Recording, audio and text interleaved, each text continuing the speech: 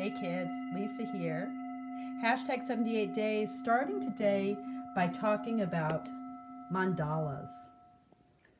So what we're looking at is the Tibetan depiction of the wheel of life, of deluded existence, or of suffering, right? Of samsara.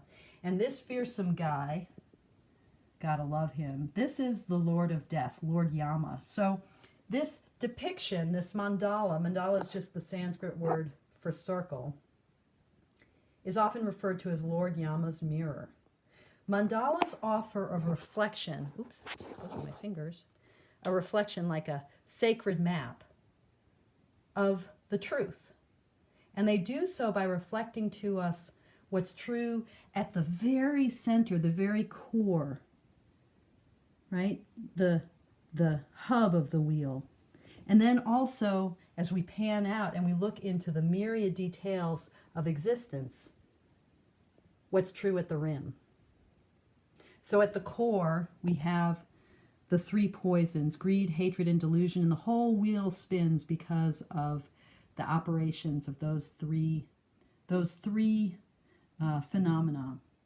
But then panning further out, and this is how mandalas work, they show us cosmic absolute truths, and then they show us how those cosmic absolute truths play out in the myriad details of individual lives. They show us what's true above and then what's true below. So in Lord Yama's mirror, we see the 6 realms of suffering. The realm of hell beings, hell, the realm of animals, a world of ignorance, human existence. So we're one up from hell and one up from two up from hell and one up from animals. Celestial beings, jealous gods, those celestial beings who've kind of lost their perks. Now they want to get back. And then the hungry ghosts, and then back to hell. So mandalas offer this map, and I'm thinking here too of how Kasha talks about tarot map, right? The tarot as a map, or Robert M. Place talks about the tarot as a mandala of cards. Mandalas offer us in this kind of classically a circle, and the word mandala just is Sanskrit for circle. They offer us an understanding of how individual moments and realities tie into all the other possible experiences. You know, that things are not isolated. One thing flows into the next, right? It's cyclical, just like the ace becomes the 2, 3, 4, 5, 6, 7, 8, 9, 10, and the culmination of 10 leads us back to the beginning, right? So tarot, I'm saying, is a mandala that shows us cosmic truths. This is, I think, what the trumps depict for us. And then shows us through the 4 suits different aspects of our life, right? And how these interrelate. Okay, so I'm going to pause and move the camera so that I can talk to you face to face, and we'll get into today's card, which is the Page of Pentacles. Okay, so I am looking at the Pentacles and the Page of Pentacles today, and I'm working with my new best friend, the borderless edition of the Smith-Waite, a version that gives us a larger canvas because it's slightly wider than the original 2009 Centennial, and it has no borders. It gives us a larger canvas to see the full force of Pixie's artwork. So the images are not stretched in this version. There's not a kind of artificial extension through additional artwork. What we're seeing in the sort of extra imagery on the sides of this slightly wider deck is actually just more detail. We're seeing more of what Pixie actually drew more than 100 years ago. That's pretty darn cool. Okay, and we're going to talk about the page. So let's come back to him in a second.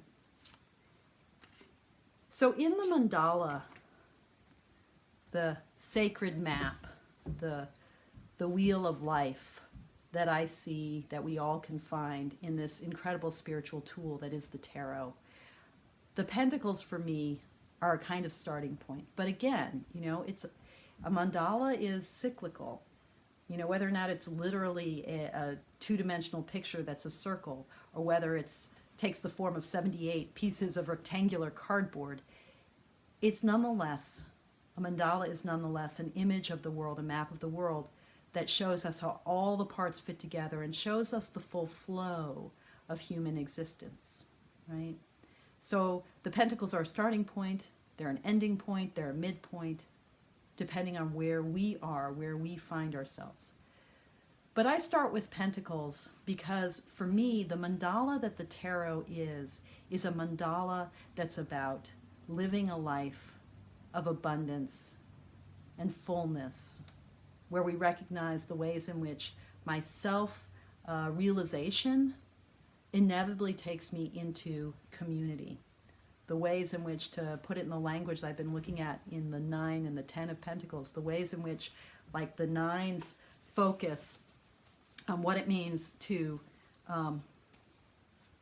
cultivate and luxuriate in one's own garden, like to find that and appreciate that self-reliance and that self-completeness, right? To hunker down in one's own garden, how that opens up into this image of intergenerational community, where we see the future and we see the history and we see everything that comes between. And we even see this world of the non-human and the non-sentient, right? So tarot for me is all about how we move from the confines of self into cosmic harmony, how we move from the blank slate that is the Fool into a fully individuated being, and from there into the dancer of the world. That's what tarot's about.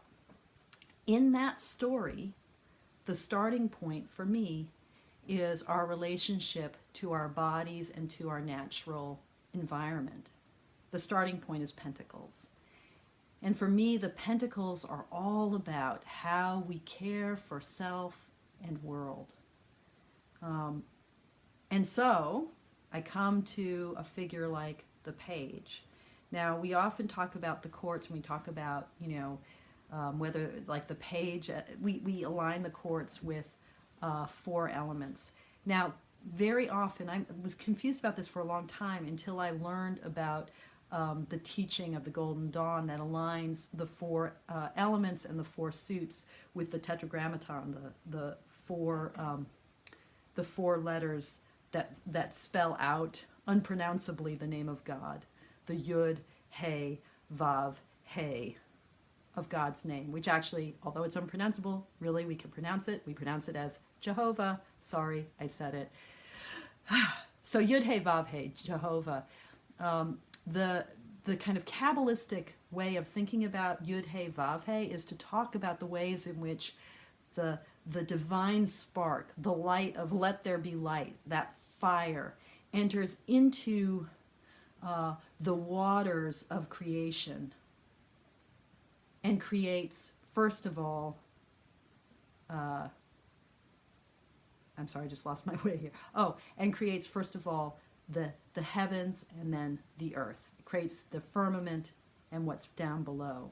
So that notion of Yud He Vav He, of God as in the beginning as the Word, and the sort of vision of divine creation gets aligned with the four elements and the 4 suits in terms of Yud as fire, He as water, Vav as air, and the final He relating to the earth.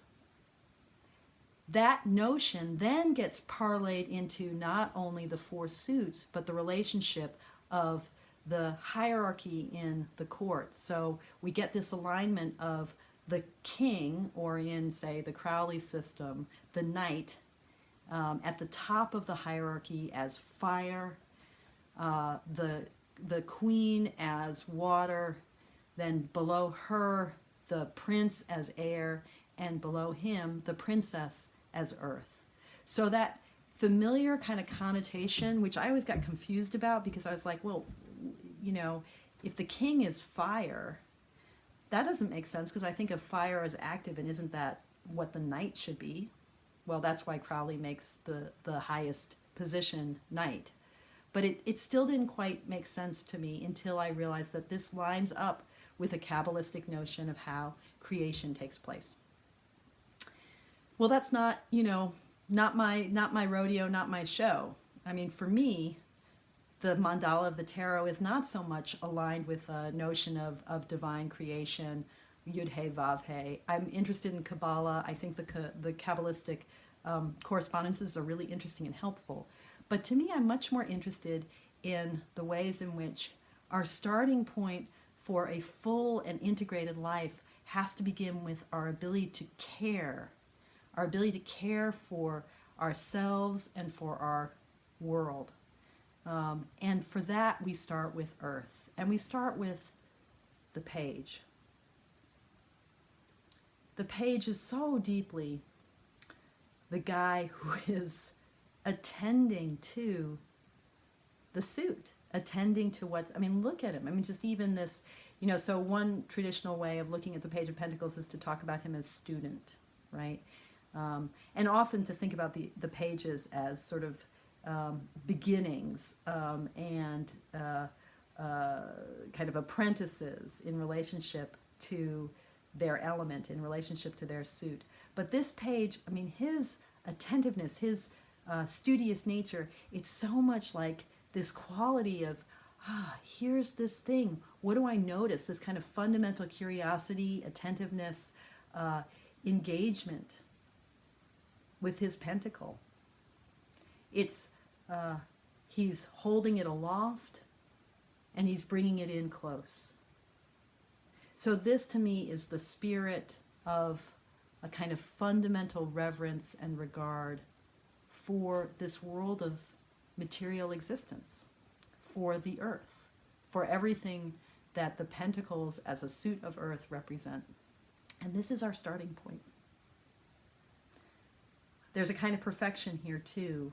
You know, people talk about, so if the pages are about this beginning with care, beginning with attentiveness, beginning with hunkering into the material facts of our existence. The Page of Pentacles is earth of earth, right?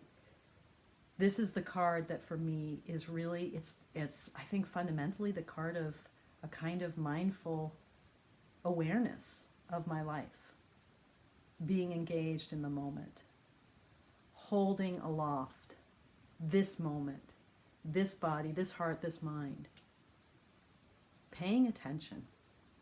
That's what the Page of Pentacles is for me all about. It all begins with our willingness to pay attention. Okay. I feel like I'm putting a lot of information into this video, which needs to be unpacked over the course of a lot of discussions. I hope it makes sense. If you have questions, please ask down below, and I'll try to elaborate more and clarify more in tomorrow's video and so forth and so on. Yeah. Okay. Take care, and thank you for listening.